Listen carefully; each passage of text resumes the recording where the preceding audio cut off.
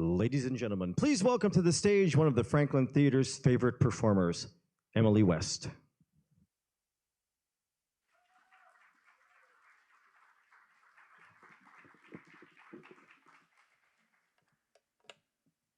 What an honor to be here tonight. Thank you, everybody. Thanks for coming. I'm so honored to be here, and this is K.S. Rhodes, and I've played at the Franklin Theater a few times this last year, and after the pandemic, it was truly inspiring. It's always inspiring to play on this beautiful, historic stage, especially after playing my karaoke tapes for so long in the pandemic. So thanks for having me. We're going to sing a song, and then we're going to sing a few more after the token.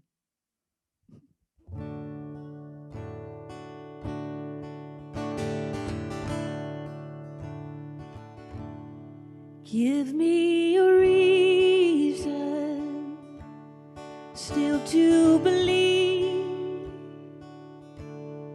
Throw me some hope, love, before you leave. I am a phoenix, I am a fire,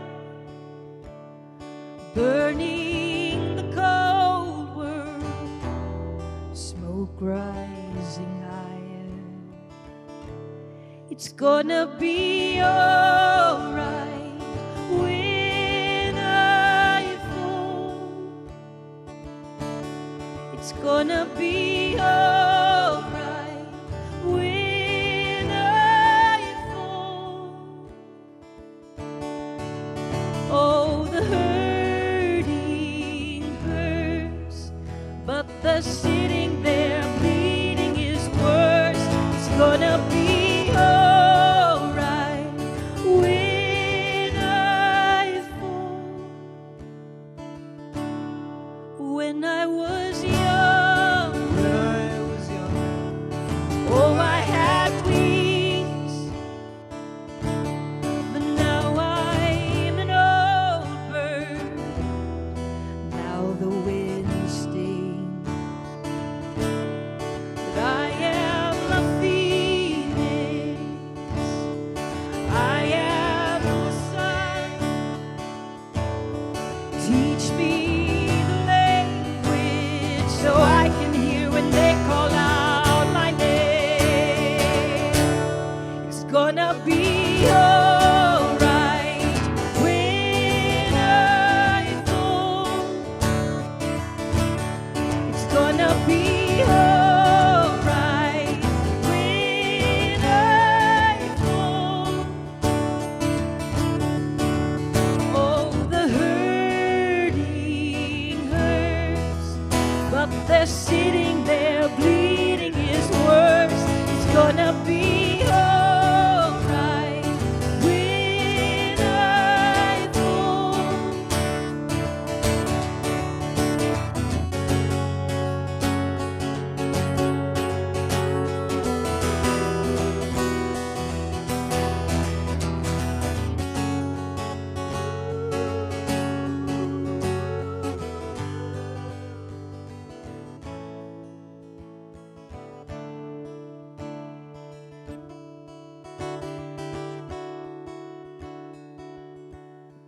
Born in the bright sky, I lived in the air,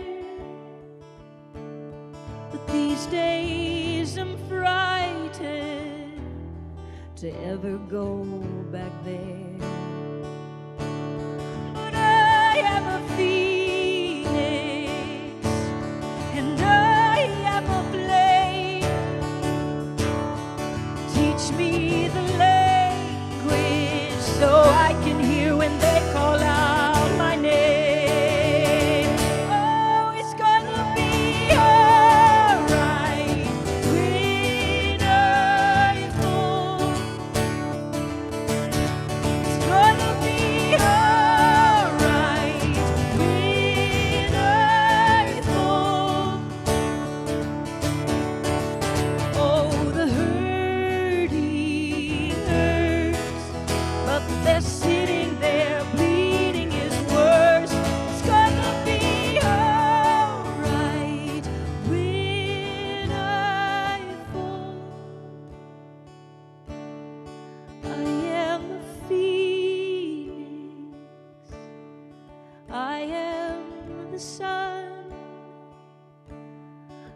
thought it was over, but it's only just begun.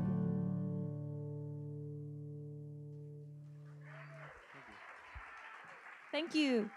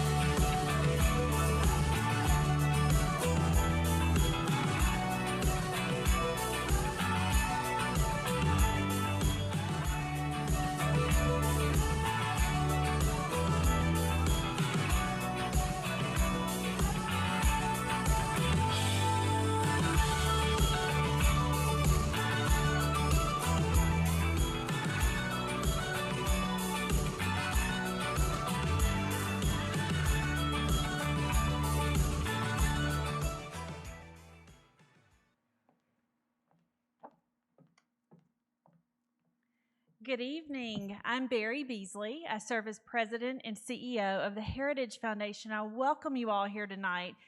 Why don't we take a moment and to give another round of applause to Emily West? Was she not just amazing?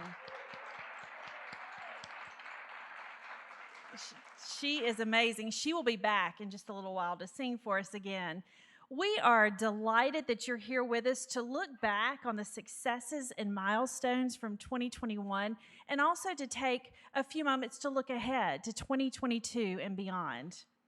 Right at the start, I'd like to thank and say thanks to our dedicated staff for working on not only this event, but for all of their work this past year, and you're going to hear all about it tonight. Also, we'd like to welcome and thank our elected officials for being here. Backstage, we have Mayor Ken Moore. You'll be hearing from Mayor Moore in just a little bit. We want to welcome Alderman Matt Brown, Alderman Gabrielle Hansen, and Alderman Bev Berger. And thank you all for being here tonight with us. Also, we are so honored to have Patrick Mcintyre with us. Patrick is the Executive Director and State Historic Preservation Officer at the Tennessee Historical Commission. Welcome, Patrick. As we all know, 2020 and 2021 were hard on everybody, especially nonprofits and cultural arts organizations. Yet as I stand here tonight and I look back, the idea of resilience is on the forefront of my mind. You'll see that idea woven into how the Heritage Foundation, its divisions, its staff, its stakeholders have all worked together to help us to get here tonight. The beginning of 2021 found us working remotely and transitioning to online activities such as conducting our Warwick Lecture Series virtually, presenting virtually at national conferences, postponing the beloved Main Street Festival, hosting live stream concerts here at the theater. But as the year progressed, we were able to welcome back all three of our beloved downtown festivals. We were able to host sold-out performances right here at the Franklin Theater. We were able to bring a world-renowned preservationist to Franklin for our Historic Preservation Symposium. We were able to hold meetings about our proposed Franklin Grove plans. We were all able to celebrate together at the Heritage Ball. And we actually got to venture into the community during 2021 to conduct historic site visits. I can say with confidence that the Heritage Foundation, the Downtown Franklin Association, the Franklin Theater, and Franklin Grove Estate and Gardens have emerged from the challenges of 2020 and 2021 and are making great strides to return to normalcy. We remain committed to doing the treasured work of building community through historic preservation right here in our community. Our hope for tonight is that the theme of resilience resonates and that you're drawn into the hopeful promise that awaits Williamson County in the years to come. Now, please help me in welcoming our board chair, David Garrett, to the stage. Thank you.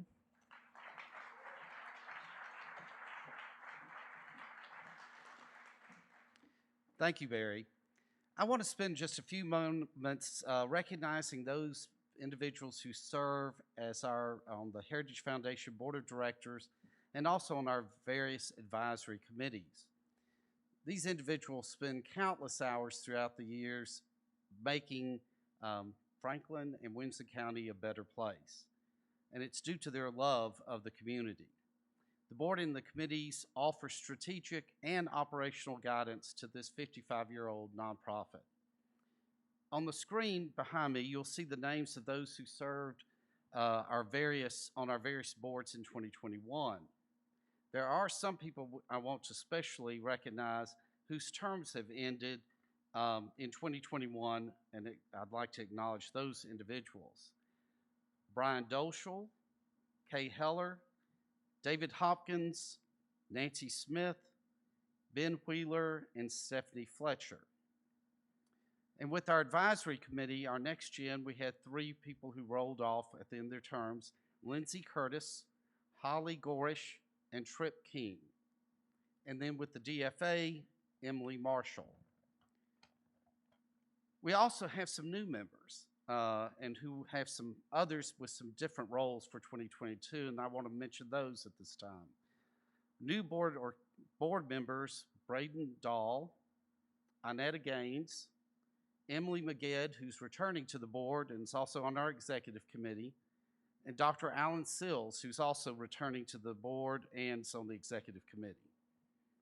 Our Next Gen Advisory Committee added 3 individuals: Lauren Drury, Hunter Jones, and Claire McIntyre. And with the DFA, John Bond is our chair, and we have Joe Bamford, Ashley Clark, Kim Lessinger, and Jody Todd joining. And finally, with the Franklin Theater Advisory Board, we have Christy Dortch as a new member. I want to thank all these people for their service to the Heritage Foundation in the past and in the future. Thank you.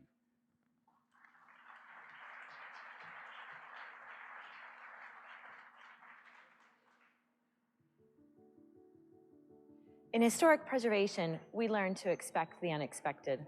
In 2021, we never expected nor anticipated isolated collaboration amongst the preservation, education, and advocacy team for nearly half of the year. However, we responded rather than reacted, and we treated the pandemic as an opportunity to grow missionally and organizationally. Rather than looking back, we looked forward, determined to find innovative and safe ways to continue and launch our mission-driven work. Nowhere was this more realized than with our Warwick Lecture Series, which was held remotely with only one in-person event. Our team also had an opportunity to attend and speak at local and national historic preservation conferences online and in person. Nestled on a hill surrounding downtown Franklin stands Franklin Grove Estate and Gardens. What began as 2 suburban villas in the early 19th century encompasses 200 years of Franklin's history. Black and white, free and enslaved, including the Civil War, Reconstruction, segregation, and education. For 40 years, this urban oasis was the home to O'Moore College of Design. Today, the Heritage Foundation is reimagining this property to tell its full story through decorative arts at a museum, reimagine its historic gardens, fully restore the African-American Lee Buckner Rosenwald School, and house the Innovation Center today here at Franklin Grove in the Lehue Mansion. Through an initial archaeological survey and dig, we discovered archaeological finds dating the property to the late 18th and late 19th centuries. We just finalized the remaining ground-penetrating radar of the property, and we eagerly anticipate learning more about all people who once inhabited Franklin Grove, as well as learning more of its ties to the Civil War and Reconstruction. One of the most exciting and impactful preservation projects we've been working on is the restoration and eventual relocation of the historic Lee Buckner Rosenwald School in southern Williamson County. Born out of a unique partnership between Booker T. Washington, who was the founder of Tuskegee Institute, and Julius Rosenwald, philanthropist and president of Sears and Roebuck. The schools offered state-of-the-art progressive education at a time for African-American children where segregation was very prominent across the South. The Lee Buckner School is only one of 4 Rosenwald schools that is still standing in Williamson County. According to the National Trust and the National Park Service, only 10% of the 5,357 schools, industrial shops, and teacher homes constructed between 1917 and 1932 stand today, making our commitment to the restoration and relocation of Williamson County's only surviving Rosenwald School to Franklin Grove an important community asset for African American history, both locally and nationally. Also in 2021, we developed our first countywide Sites to Save list of endangered historic and cultural resources.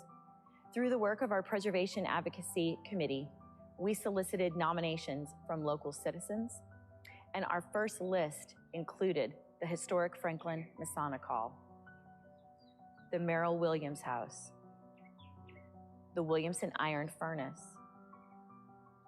the Civil War earthworks in Triune, multiple farmstead tracts in Nolensville, and the Creekside property along Franklin Road, which is the last remaining gateway into downtown Franklin. Additionally, our sites to watch list included the Daniel McMahon House, the Gaylord House, and the McCord Patton Cemetery.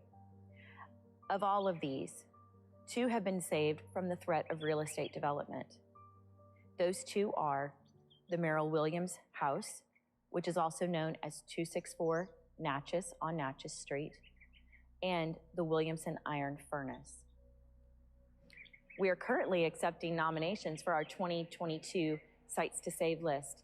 So if any one of you knows of any site that should be saved, please submit your nominations today.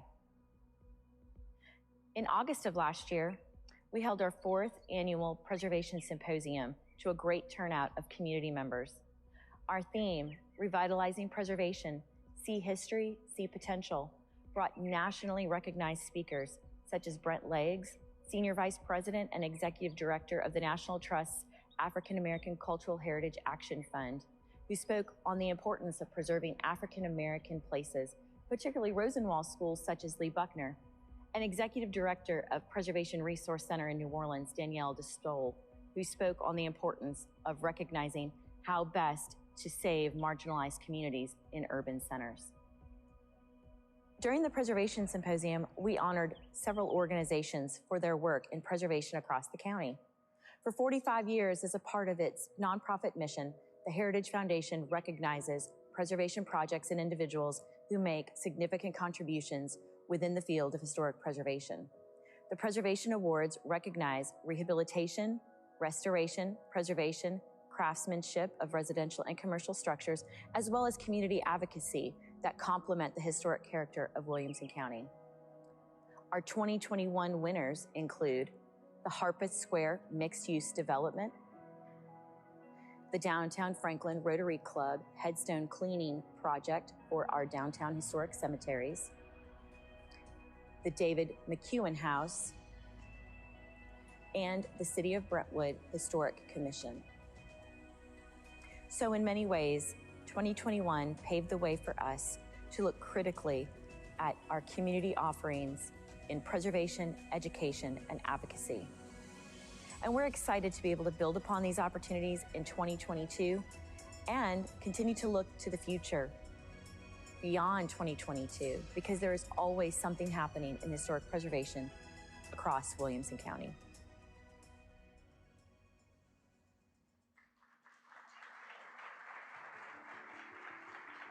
In historic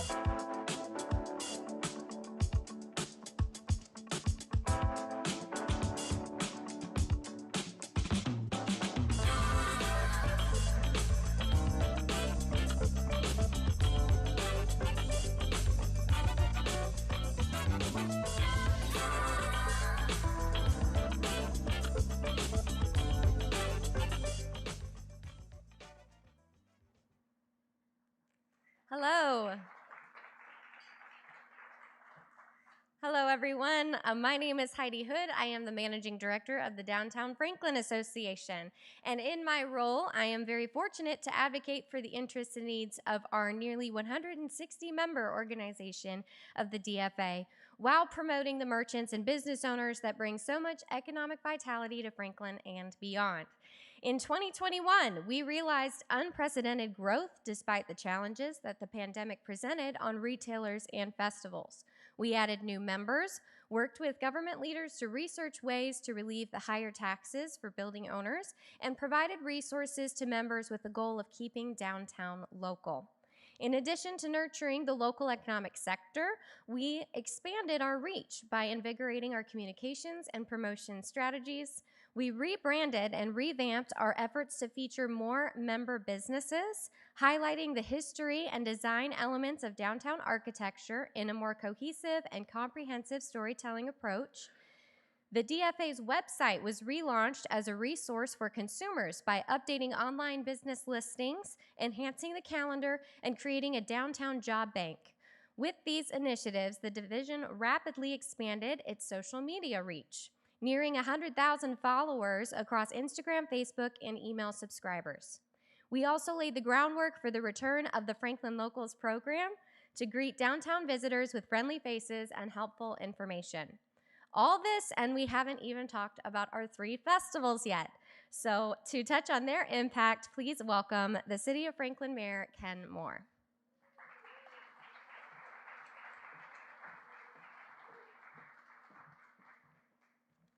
You know, it always scares me to come to the Franklin Theater because I can't see any of you.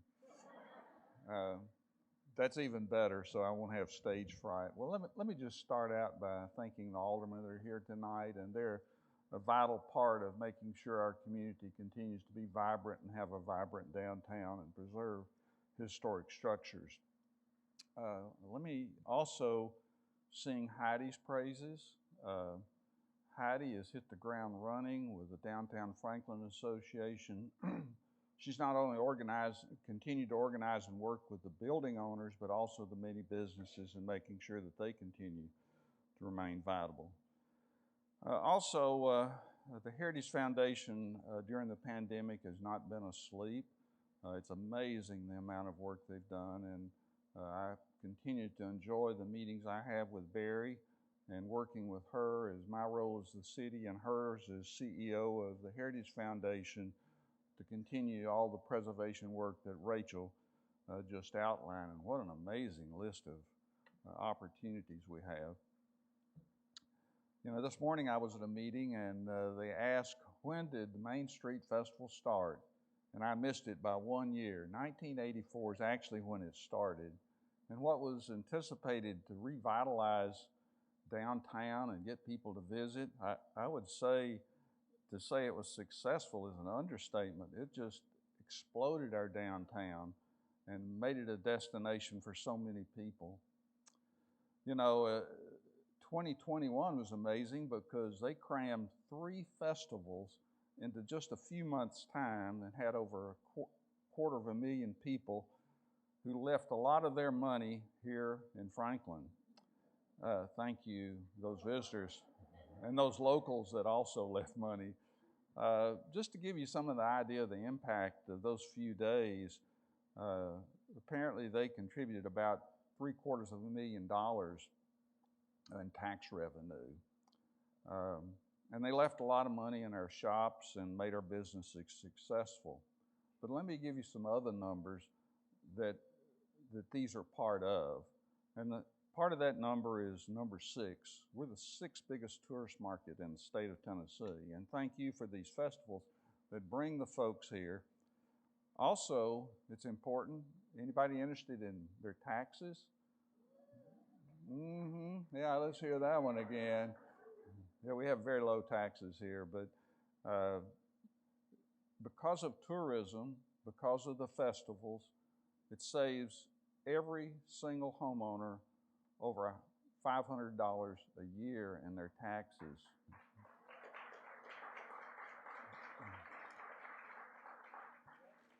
During an election year, I will take full credit for every single dollar. So 2022 is going to be an exciting year. As I see, all of us are so eager to see people again and talk to each other. And I think we're at a point where that's going to happen in 2022. We already see conventions returning. The tourist has returned already. So thanks for letting me be a part of this tonight. I've always talked about balancing growth and preservation in Franklin. I think we're doing a good job, and I think it takes partners to do a good job. It takes a partnership between the city and the Heritage Foundation and so many other organizations that keep our community such a special place. So thank you to you, each and every one of you, because you are part of what makes Franklin so special. So have a great night. Thank you.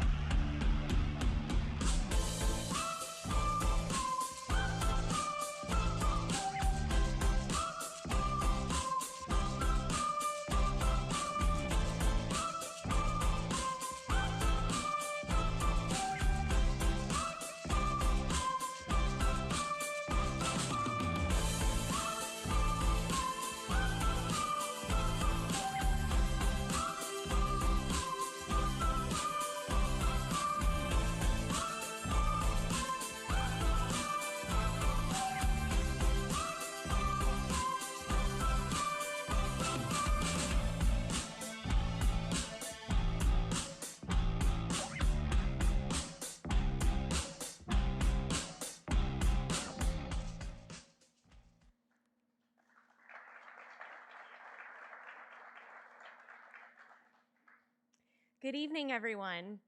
I'm Meg Hershey, and I have the joy of serving as Vice President and Chief Operating Officer of the Heritage Foundation of Williamson County. I'm thrilled to have the opportunity to share more with you this evening about this place that we're in, the Franklin Theater. You may recall that due to the pandemic, the theater had to close for the last 6 months of 2020. And then we re-implemented a phased reopening strategy, and we came back in full force in July of 2021. We were fortunate to be able to do some private events. We were able to do a marquee message program that was new for us, where community members would donate $100 to have their message displayed on our beautiful marquee out front. It was truly a fun way for the community to support the theater. Marriage proposals, baby announcements, birthdays, congratulations, and other surprise moments really caught on. I mean, who wouldn't embrace the chance to see their name in lights? I'm saving up my $100. I'm going to do something cool with mine, I'm telling you. Beyond that, I'm delighted to say that the Franklin Theater roared back with renewed vitality midway through 2021. We held the 10th anniversary celebration of the theater's restoration and reopening by the Heritage Foundation, and chances are you were here to celebrate that with us as we enjoyed light bites and cocktails out on Main Street and had an amazing performance directed and produced by our friend and advisory board member, Matt Logan, who I'm happy to see is here this evening. It was there that we premiered the theater's mini documentary called The Jewel of Main Street that so beautifully retells the story of this community rallying together to save this theater. It's available to view on the theater's website right now. If you haven't seen it, I encourage you to go to franklintheater.com and watch it. It's fabulous. Other creative things that we were able to do during 2020 and 2021, we had some live streaming concerts, some things that we had never really needed to do, but we're lucky that we were able to do. private film screenings, community rentals for business meetings, conferences, video and photography shoots. We introduced a new Pay What You Can movie week that brought new friends into our doors and into this theater. And despite the limited programming that we had last year, you saw a couple key statistics that I'm really proud of. We sold nearly 31,000 tickets last year when we were really only partially open from, January to June and then fully open July to December. We held 170 concerts in this room, performing arts programs and other events. We showed 146 films. We served over 40 local nonprofits and schools in this building last year. And we provided, even though we are a nonprofit, $45,000 of in-kind donations to other nonprofits and community-centric organizations. Yes. And that is not me. That is all of you. And that is our board, and that is our advisory board, and everybody that knows the power of this theater and what we can provide to the community. All of this while we worked to further our mission of creating an inclusive place for everyone in our community to have memorable, unifying experiences. I mean, it is the home of first kisses. Don't go getting any ideas, but it is that. While all of this is amazing, I'll be honest with you. The news that I'm most excited to share this evening is that we have a new leader on our team. Some of you know, especially from the 10th anniversary, that I have had the honor and sometimes the challenge of serving as the Franklin Theater's interim managing director for the last 15 months. I've learned a lot. And it was during the height of a global pandemic. So we're learning as we go, we're figuring out, we're trying to do our best. But today, I'm proud to say that Eric Diltz has been named our official managing director of the Franklin Theater, and he's been with us since mid-February. You're going to get to meet him here in just a second. But what I would like to say about Eric is most recently, he was the executive director of the Nashville Jazz Workshop, which is a nonprofit music education institution, as well as a live jazz performance venue in Nashville. He led the organization in all phases of its business, building on its growth as a jazz presenter organization, a music education institution, and a true community partner, which is exactly what we want the Franklin Theater to be. He came to the workshop with a long history in music business, finance, fundraising, and economic development. He's a numbers guy, which I like. Having earned a Bachelor of Arts degree in music business from the School of Music at Southern Illinois University, he was the president and CEO of a Los Angeles-based home entertainment company, the president of an optical media tech company, a co-founder of a boutique production company, the director of an Illinois-based business incubator, which we all love, and you're going to see some of that action later on, and an advisor at Morgan Stanley. In addition, he's held numerous executive board positions at various nonprofit organizations. I appreciate what this theater does for our community and what it was able to do in 2021, and I would like to introduce to you Eric Diltz.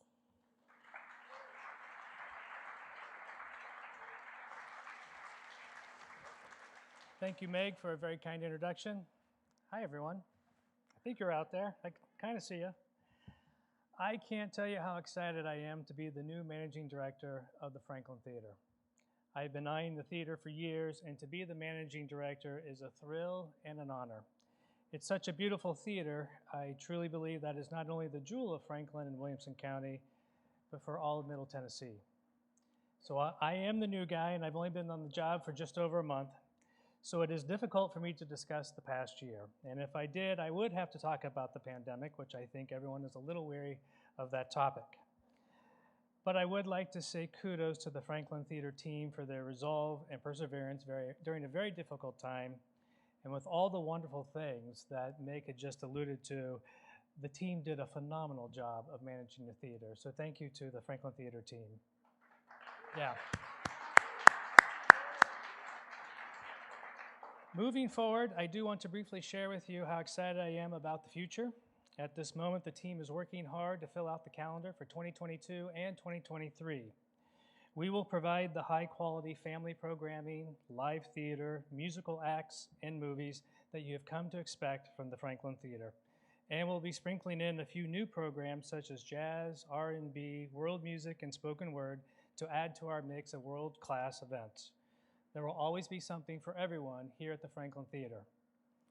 When I started the job, my calendar immediately filled up with meetings with so many shareholders, sponsors, community partners, and more. And I cannot wait for these exciting conversations to come to fruition and for the impact of the theater to grow even more. Again, I am thrilled to be here at the theater, and I look forward to meeting everyone here tonight. Thank you so much.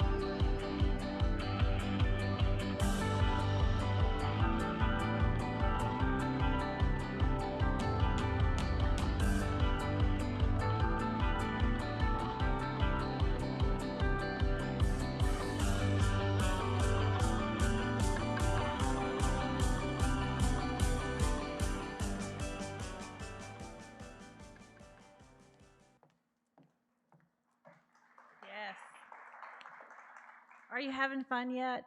I think it's just so exciting to all be in the room together and to be able to share. And I was just amazed myself backstage watching all the videos and hearing everyone speak. I am blessed to work with some great people. And now I get to talk about another favorite division of the Heritage Foundation, which is Franklin Grove Estate and Gardens. The plans for the Heritage Foundation's newest historic adaptive reuse project, Franklin Grove, took root and bloomed in 2021. I love Franklin Grove. This is an asset for our community that is going to be a game changer and so special for all of us to be able to enjoy and our families for generations to come. The master site plan went through 4 iterations and is currently following the development and approval process set forth by the City of Franklin. As a part of this, we hosted meetings with a number of neighbors, citizens, donors, and government representatives, and we launched the Franklin Grove Ambassadors Group to support our initiative.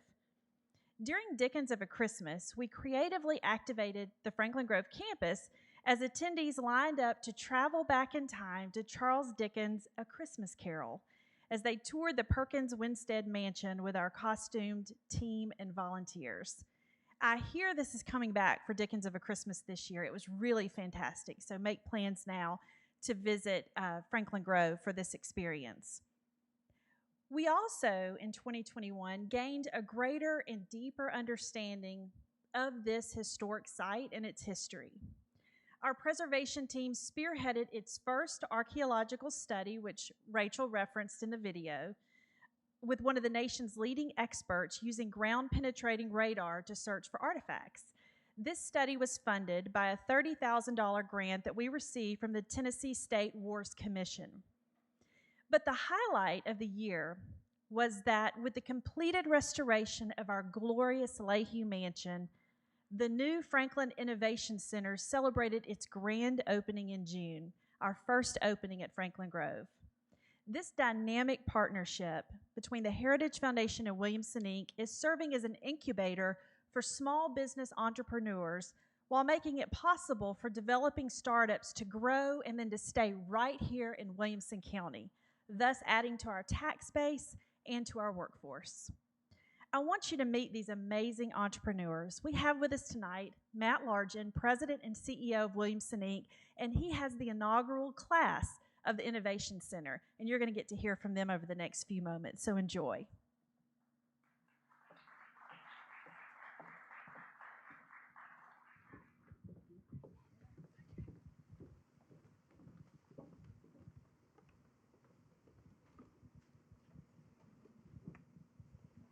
Well, thanks so much, Barry, and thanks so much for having us here tonight. Like Barry said, my name is Matt Large. I'm President and CEO of Williamson Inc.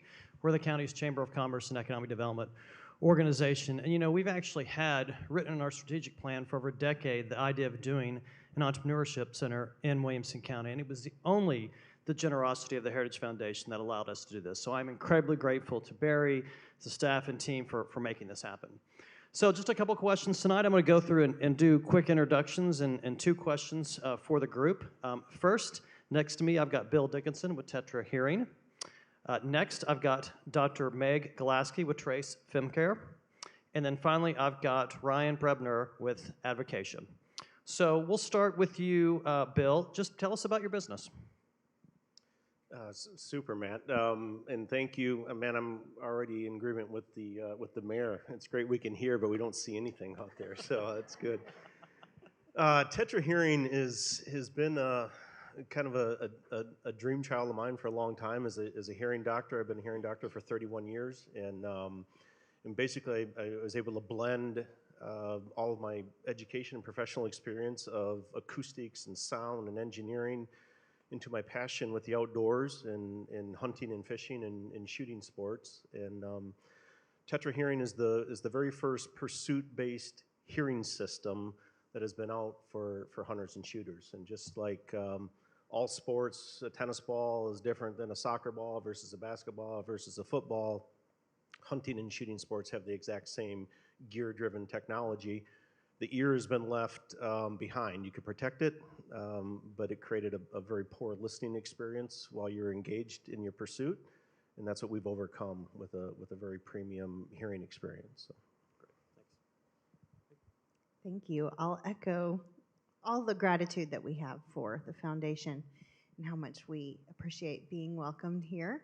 My name's Meg Galaski, and I have entered the world of entrepreneurship via medicine, and I am a co-owner and CMO of Trace FemCare. We are making the world's first hemp and regeneratively grown cotton menstrual care products. These don't exist anywhere. The best you can do right now is organic cotton if you're looking for an environmentally friendly and healthy way. And this is 50% of the population using this for 7 days every month. So that's 10 years that you're using these products. And we are so honored to be working with both hemp farmers and cotton growers who have been growing traditionally and converting them to regenerative methods. And so we're a very mission-focused company. Our CEO is Claire Crunk, and she's with me in spirit today here. And we're very happy to be here. Thanks. Ryan? So for Advocation, I'll give a little story like Bill did, I guess. I have about an 18-year background in healthcare, specifically working with underserved, uninsured patient populations, and started Advocation in March of 2016, and largely started it having that experience and seeing the impact that being uninsured or underinsured had on patient populations, which is typically about an uninsured individual will delay care 9 months longer than an insured individual, and they will be twice as expensive by the time they seek that care. And so we really looked at focusing on the impact that was having on both healthcare providers and patients in general. There's about $42 billion in uncompensated care every year from hospitals, and at least half of that could be reduced through better enrollment into benefit programs that are available, which will, of course, bend the cost curve for healthcare overall. So we set out and have built a technology platform that largely acts as like a TurboTax for benefit programs. It's used by financial counselors at hospitals as well as patients.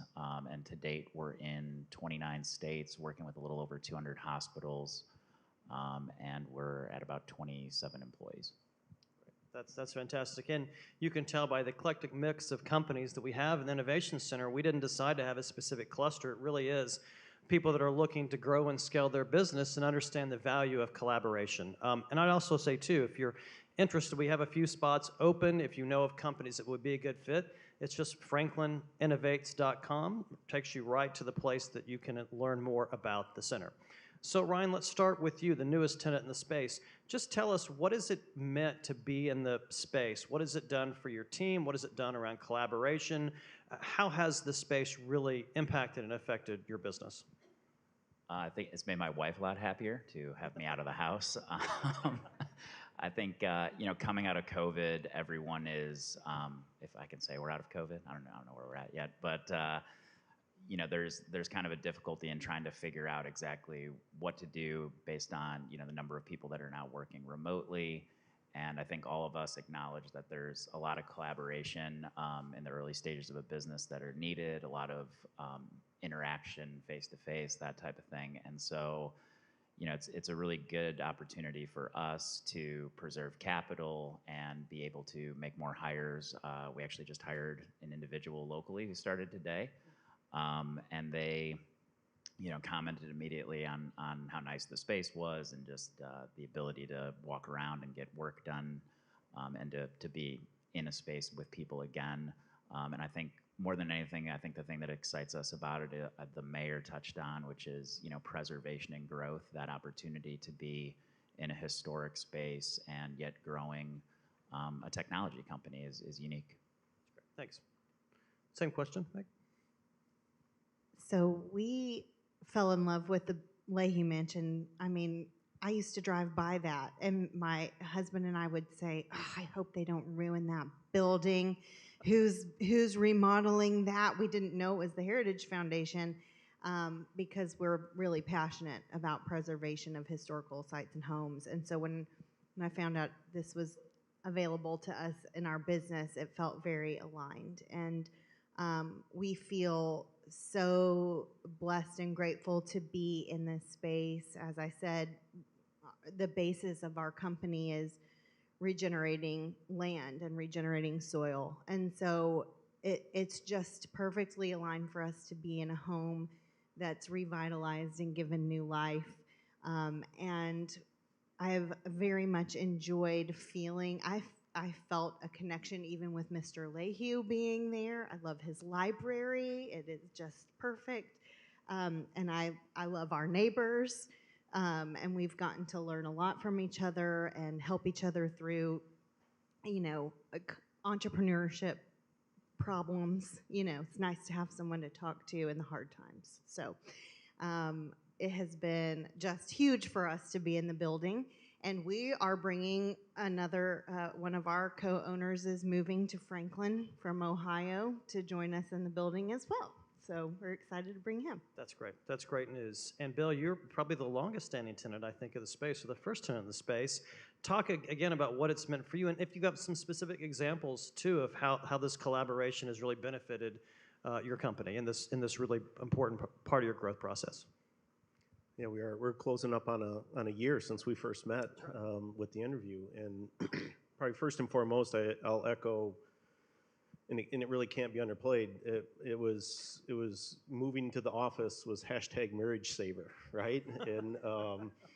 And really the ability to have that safe zone, and I think Miss Emily put it, it's like she was singing directly to me about I'll be okay when I fall. In that song, and that's truly, as an entrepreneur, working 31 years, and whether it was I was back at faculty at Vanderbilt or a VP for the world's largest hearing aid company, you always had a safety net underneath you for the most part, right? And you have none of that, and what you have provided with this is kind of that safety net, and it's allowed us personally for Tetra Hearing. I've been able to hire a sales director last December, and then in January just hired a VP of marketing and communications. We have doubled and tripled our sales since moving in. I don't know if it's the cool groundhog underneath the front porch. It's like our lucky, our lucky 4-leaf clover, but. It's just, I can't say enough of it. And I can't say, my son, my last child, I raised 3 children here after moving from Michigan in 2004. And I was the horrible son that took those 3 kids away from grandparents, right? And My youngest is graduating this year from high school and going off to college, and he's putting his time in, and hopefully he's sitting here one day looking to announce the opening of the Tetra Hearing Center of Excellence in Williamson County. And I mean, that's truly that's what we're trying to do. So.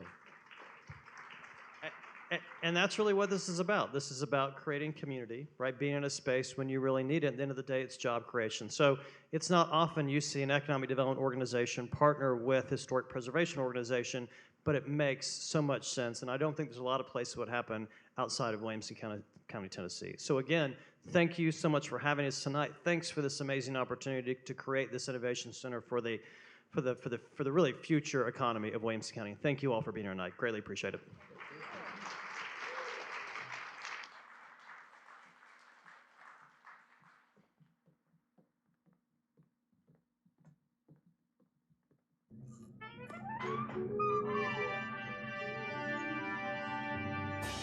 We're here at the Eastern Flank Battlefield for, once again, another Heritage Ball. A fun evening celebrating our past success and our future victories.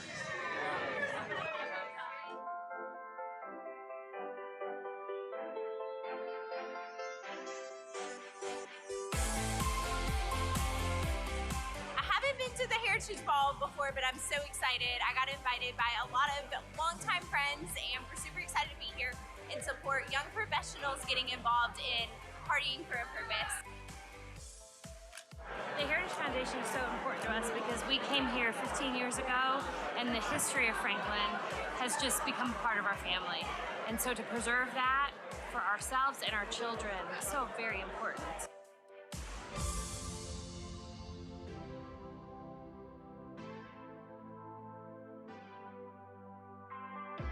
This is our 7th year. We love it for fellowship and friendship. We think it's one of the quintessential events for Franklin. We look forward to it every year that we come back. So simply put, the Heritage Foundation to us is the organization that creates the events and preserves the stories and the places that makes our town and our county such an amazing place to call home.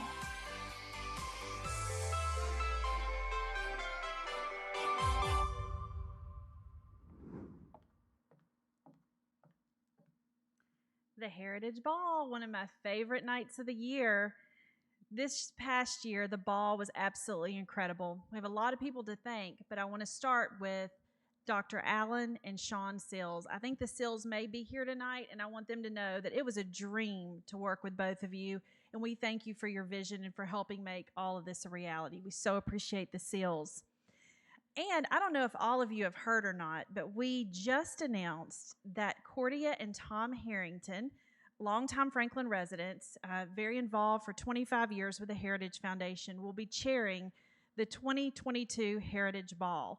I will tell you, I just had a kickoff meeting with Cordia and Tom right here in this room, and I was blown away. The ball is going to be unbelievable, so make your plans now. October 1st will be the night of our Heritage Ball. It's in the 49th year, which is amazing.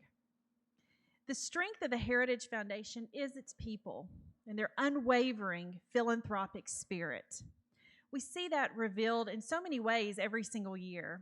So I want you to, if you will, allow me for just a moment to talk about some of the groups that give in special ways to our organization.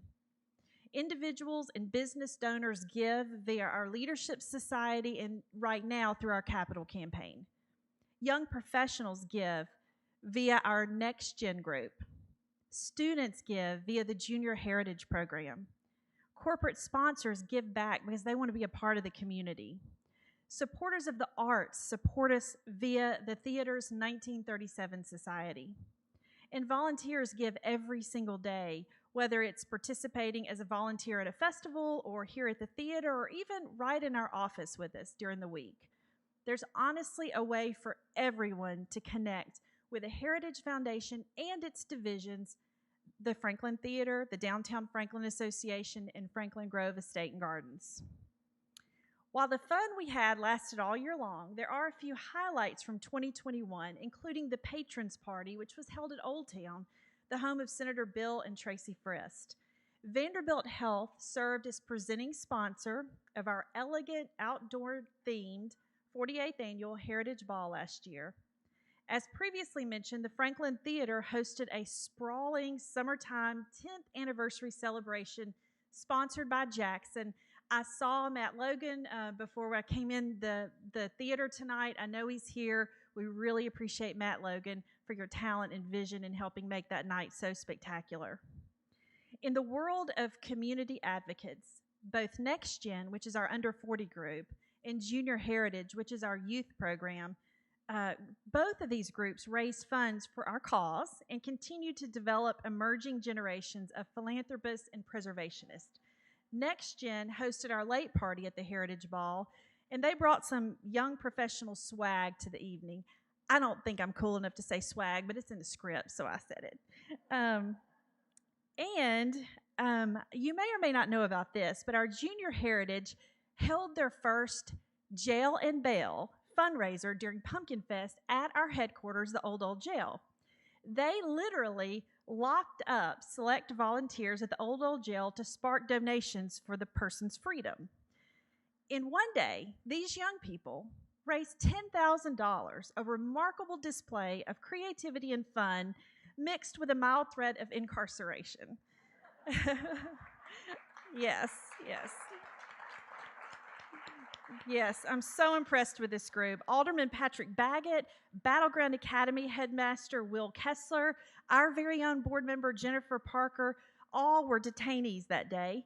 And I will have to share that I too was a detainee, and I was very worried nobody was going to bail me out. So for all of you out there who did bail me out that day, thank you. We have so much more to do in the months and years ahead, so philanthropic support is very much needed and appreciated. With that, I'm very, very excited to announce tonight that we have our first ever Chief Advancement Officer, Grant Martin. And before Grant comes out, I want you to meet him. I want to take a moment and tell you a little bit about Grant because he's going to be so involved in the community. You're all going to get to know Grant. Grant is an accomplished fundraiser, having raised more than $175 million for museums, universities, and social organizations. He has a broad range of experience in capital and annual fund campaigns, planned giving, donor stewardship, and nonprofit management. Grant earned the designation of Certified Fundraising Executive from CFRE International in 1996. He's a graduate of the University of South Florida and the College of William and Mary National Planned Giving Institute. Grant was recently recognized as a Distinguished AFP Fellow by AFP International for his leadership contributions to the fundraising and philanthropic communities. He has served on the International Board of the Association of Fundraising Professionals and has been a member of Rotary International for 25 years.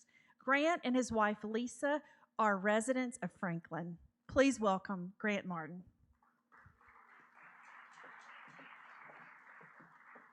Well, thank you, Barry. Good evening. My love of history started when I was a young boy doing yard work and chores for my grandparents, my aunts and uncles, and my neighbors.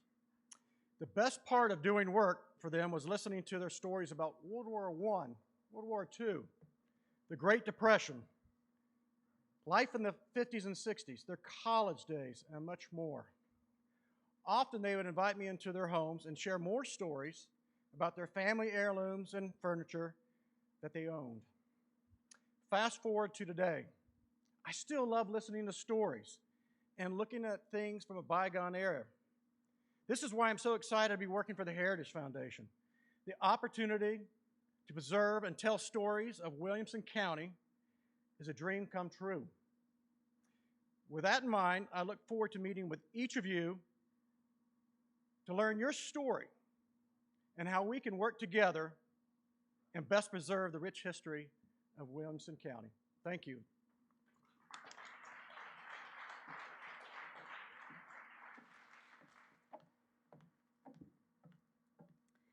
Okay, wrapping up here, I want to say a few concluding thoughts. I marvel at the resilience of not only our team, but I marvel at the resilience of Williamson County. You stood with us during this unusual period in world history. Your generous support enabled us to meet our budget in both 2020 and 2021, a feat that few nonprofits can tout. And it's because of you, so thank you. We have a report to the community in the lobby that you can take with you tonight. I'm so proud of this report. It's beautiful. It's an annual report, and we hope you take it and we'll read more about what the Heritage Foundation has been doing over the past year or so. So what does a glimpse of 2022 and beyond look like for the Heritage Foundation and its divisions? Take just a moment and imagine with me. Packed houses at diverse programming in the Franklin Theater. Continuously evolving festivals featuring new and beloved artisans, experiences, and partnerships. An expanding, well-resourced, and coordinated DFA membership supporting small businesses right here in our community. The expansion of our community education offerings, such as our new Practical Preservation series that I'm so excited about, and a continuation of our Warwick Lecture series. Fun, engaging fundraisers from balls to performances, cornhole tournaments to lockups. Anything goes. The creation of a haven for art, nature, history, entrepreneurship, and community at Franklin Grove. Ways for every single person in Williamson County to plug into our organization. Our organization solidifying a national reputation for leading historic preservation practices on par with places like Charleston and Savannah and Boston. And as always, historic places and stories shared and saved for future generations to behold. Undoubtedly, that's a lot to do, and it can seem intimidating. However, these lofty aspirations have you behind us. You empower us to dream big and to reach far, because that's what Williamson County deserves. If you haven't had a chance to donate, we'd love for you to commit to or fulfill a pledge or even make a new donation tonight to help 2022 remain bright. Behind me are QR codes.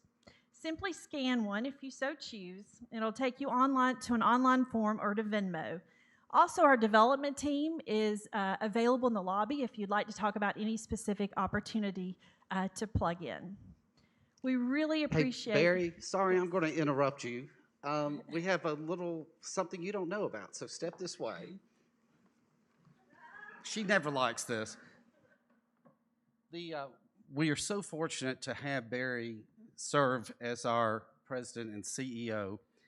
And as you may have read, there's been a few challenges here and there along the way, but she has persevered with grace and dignity. And our board got together and passed a resolution.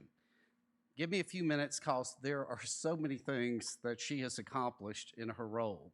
So give me a moment, and I think they're going to have it up here. It's a little small. Anyway, whereas Barry Watson-Beasley is entering her 6th year as the CEO of the Heritage Foundation of Williamson County, and whereas her exemplary college experience at the University of Alabama, where she earned an undergraduate and master's degree, was named the national champion in public speaking, not surprising, and also served as ambassador for the university as Miss University of Alabama, all equipped her with the skills vital for her success as our CEO. Whereas her work experiences in national and worldwide nonprofit organizations helped prepare her to revolutionize the Heritage Foundation over the past 5 years. And whereas Barry has transformed the organization, the Heritage Foundation, including restructuring and revisiting the vision and mission statements of the Heritage Foundation, the Downtown Franklin Association, and the Franklin Theater, created comprehensive job descriptions for the staff, recruited an exceptional staff, and formed a senior leadership team, led the efforts to rebrand the name of the organization to make it clear that the Heritage Foundation serves all of Williamson County, developed a new website, logo, and marketing materials, trademarked key assets of the organization, moved the DFA headquarters to the McPhail building, updated all governing documents, and increased the social media platform to over 150,000 followers.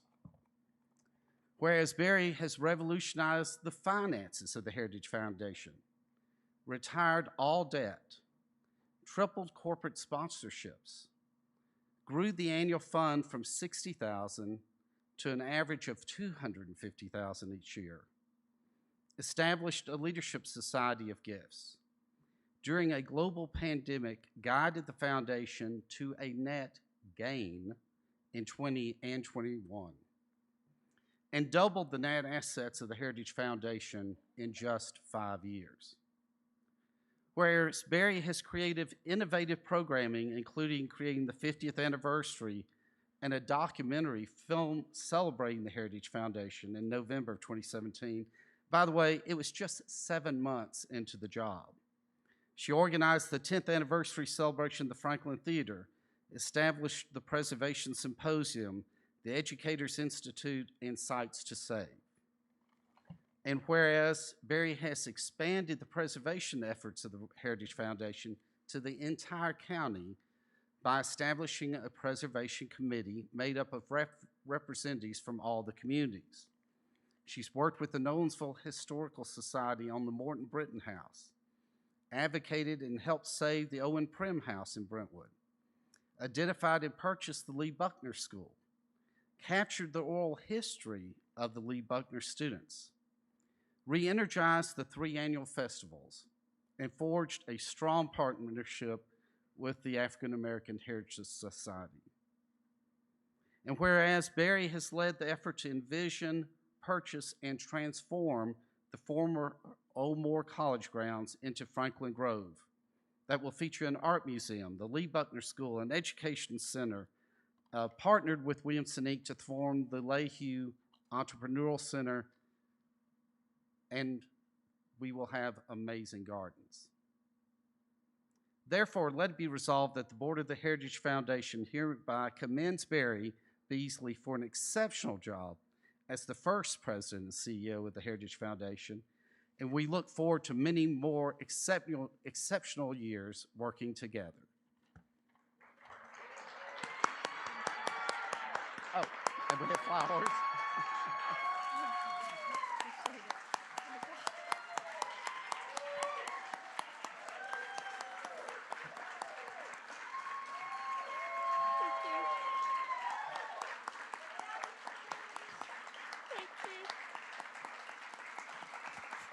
Thank you. That's an overwhelming moment. Thank you so much. What I would say is all those things he said are because I have a great board chair, a great staff, wonderful family at home, my husband and my daughter, my parents and my brother. And so it's a joy to be in Franklin. It's a joy to do this work. Thank you. I'm so honored.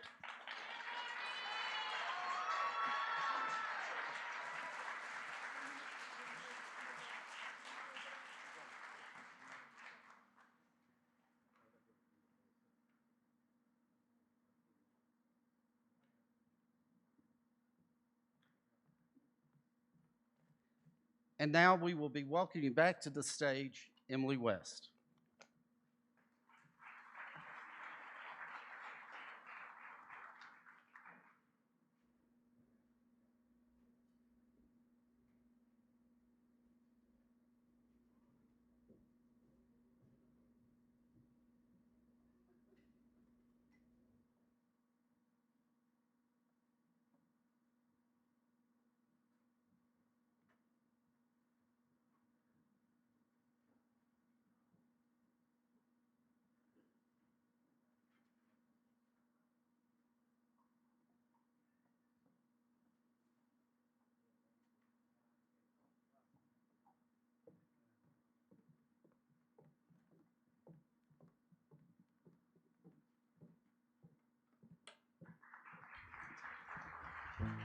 Hey, it's quiet out here. I like it. We're going to sing you some songs. This is K.S. Rhodes, and we wrote a song about the dating world. There's so many ways to date someone, and you can stalk them online. You can go to their house and, go in their bushes and, look through the window. And this song is about that. I'm an old school stalker. This is a he said, she said. still hasn't called me, and it's been almost a week. Maybe he don't feel the same way about me. Well, I want to call her so bad, but my friends say that I can't. You have to wait a week or she will think you're desperate. Saw him in a cafe with a girl, I think he kissed her. Tonight I got some good advice from my sweet older sister. They sat and talked for hours beneath the candlelight. I'm sorry sis, I know I talked about this girl all night. On the way back home, driving in the rain, I went by his apartment acting like a girl insane. There through the window, shadows moving up and down. Why do I always pick the guys that like to fool around? Well, tonight I went home early, cause I thought I'd pump some muscle. And I was doing push-ups when I heard the bushes rustle. I went over to the window, I guess that there must have been a cat.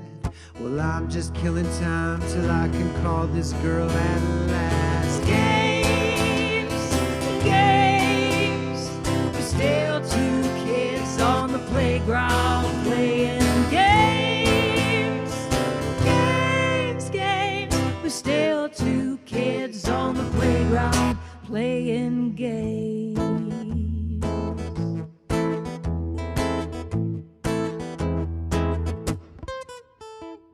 Oh shoot, I think he saw me. I tripped and skinned my knee. My heart beat fast and broke, and guess he won't be calling me. So I went to Puckett's to go rebound me a man. It wasn't about a minute till the drink was in my hand. Well, I was all jacked up on push-ups and I couldn't fall asleep. So I put on my cap and coat and I went to get a drink. There's only one more day till I can ask her out.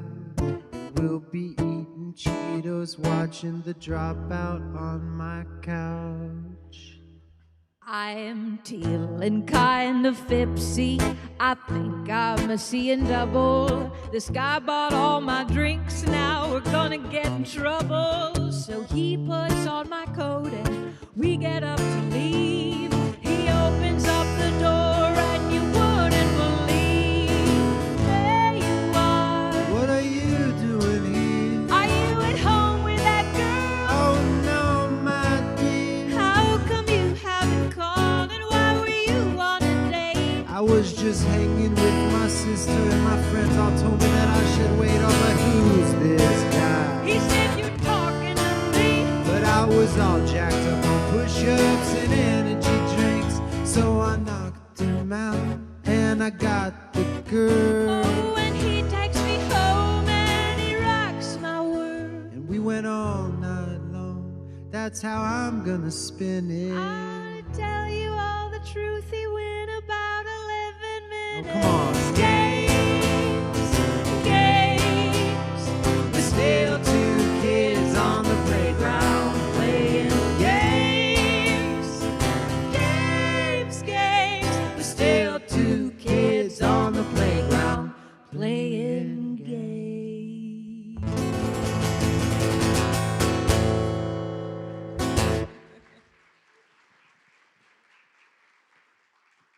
The last song that we sang when we opened the show, we were looking at the lyrics, and I'm like, Kevin, we wrote this song 12 years ago. I was 28 when we wrote this song, and it was like, when I was younger, oh, I had wings. Now I'm an old bird, and now the wind stings. I'm 40 now. Can you believe that? Can you believe those apples? It's funny.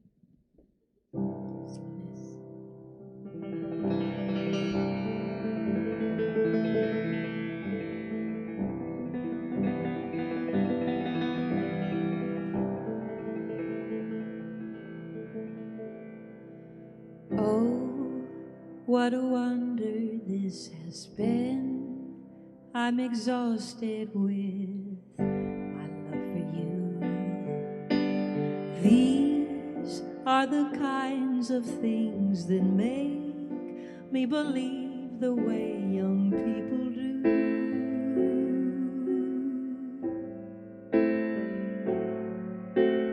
Who would have thought that this could be? Now I want to live forever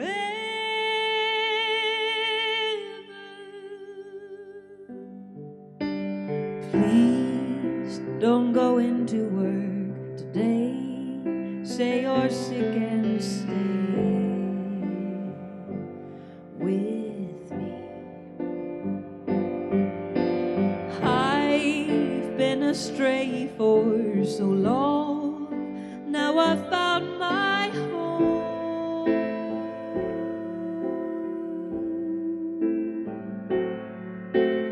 I wanna give you a son, I wanna die in your arms.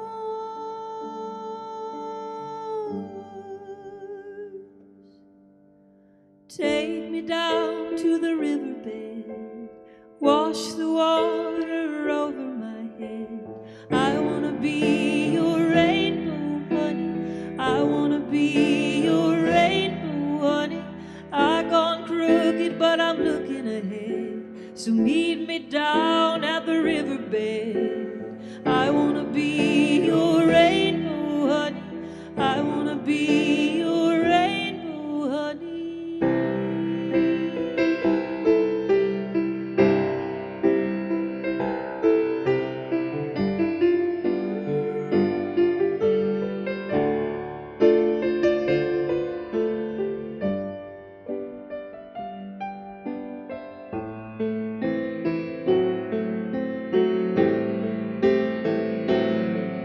Oh, why do you want a girl like me? Could this really be forever?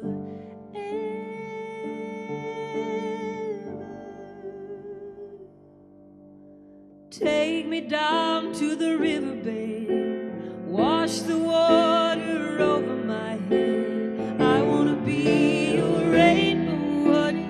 I wanna be your rainbow, honey. You got bags, I'll carry 'em. Well, I got bones, gonna bury 'em. I wanna be your rainbow, honey. I wanna be your rainbow, honey. Take me down to the riverbed, wash the water over my head. I wanna be your rainbow, honey. I wanna be your rainbow, honey.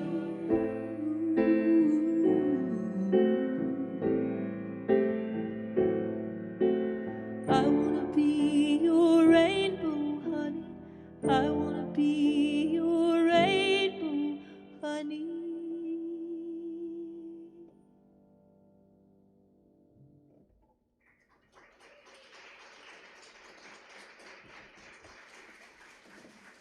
Thank you all so much. Richard, you're awesome. Give it up for Richard on the sound. Best sound guy ever. And human. This is our last song, and it's written by the great Leonard Cohen.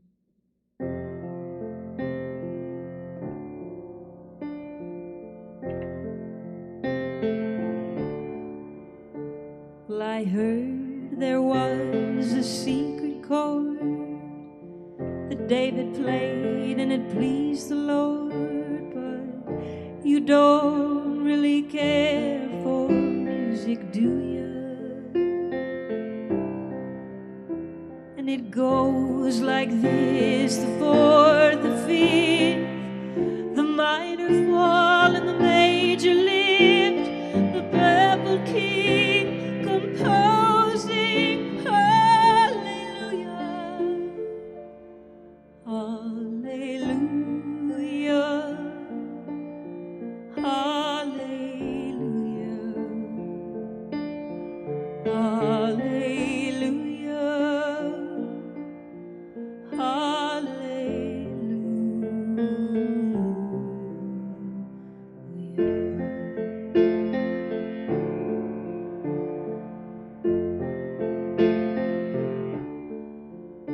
Well, your faith was strong, but you needed proof. You saw her bathing on the roof. You know her beauty in the moonlight overthrew you. She tied you to her kitchen chair.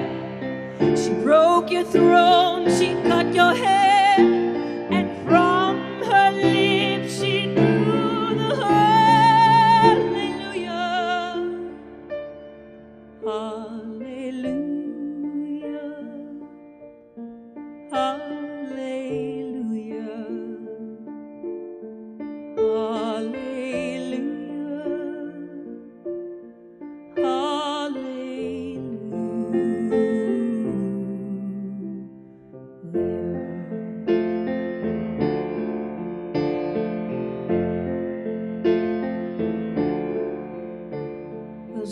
Some say there's a God above, but all I've ever learned from love was how to shoot somebody who outdrew you. And it's not a cry that you hear at night. It's not somebody who's seen the light. It's cold and it's a broken hallelujah.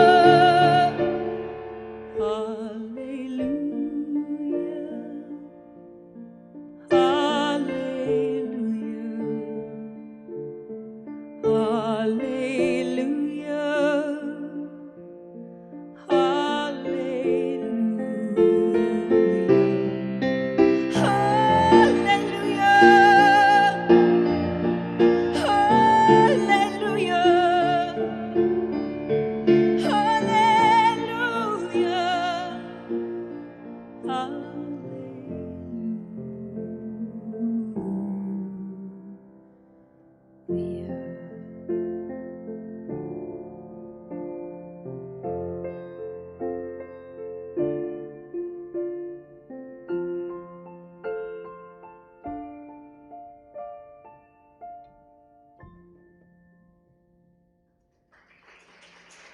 Thank you.